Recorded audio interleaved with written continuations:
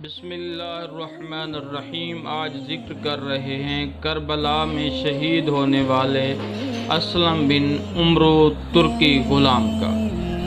یہ شخص حضرت امام حسین کا غلام تھا۔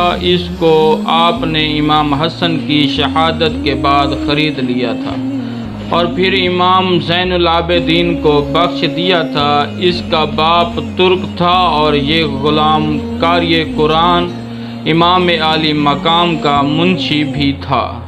مکہ سے مدینہ اور وہاں سے کربلا تک آپ کے ہم رکاب رہا۔ جب روز عاشوراء لڑائی کی آگ بھڑک اٹھی تو اس نے امام سے اذن جہاد طلب کیا۔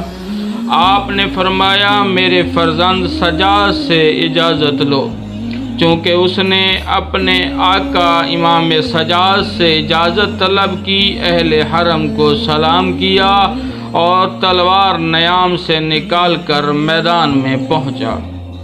ایک ہی حملے میں 70 ملعونوں کو واصل جہنم کیا۔ حضرت سجاد نے اپنے غلام کے جوہر شجاعت دیکھنے کے لیے خیام کے در پر آ گئے۔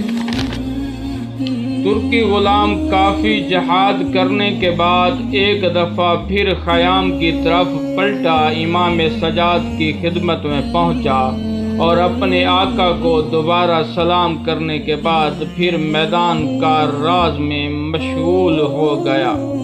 آخر شدت پیاس اور کثرت زخم کی تاب نہ لا کر زمین پر گرا۔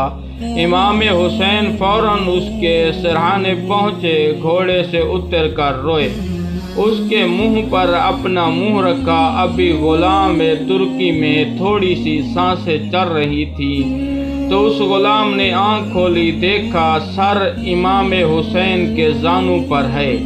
آقا کی طرف نظر پھیر کر دیکھا اور خوشی محسوس کی اور مسکرایا، اور جنت کی نوید امام حسین نے اسے دی اور جام شہادت نوش کر لی۔ والسلام علیکم۔ کتاب کا نام مصاب الیمین، صفحہ نمبر 10۔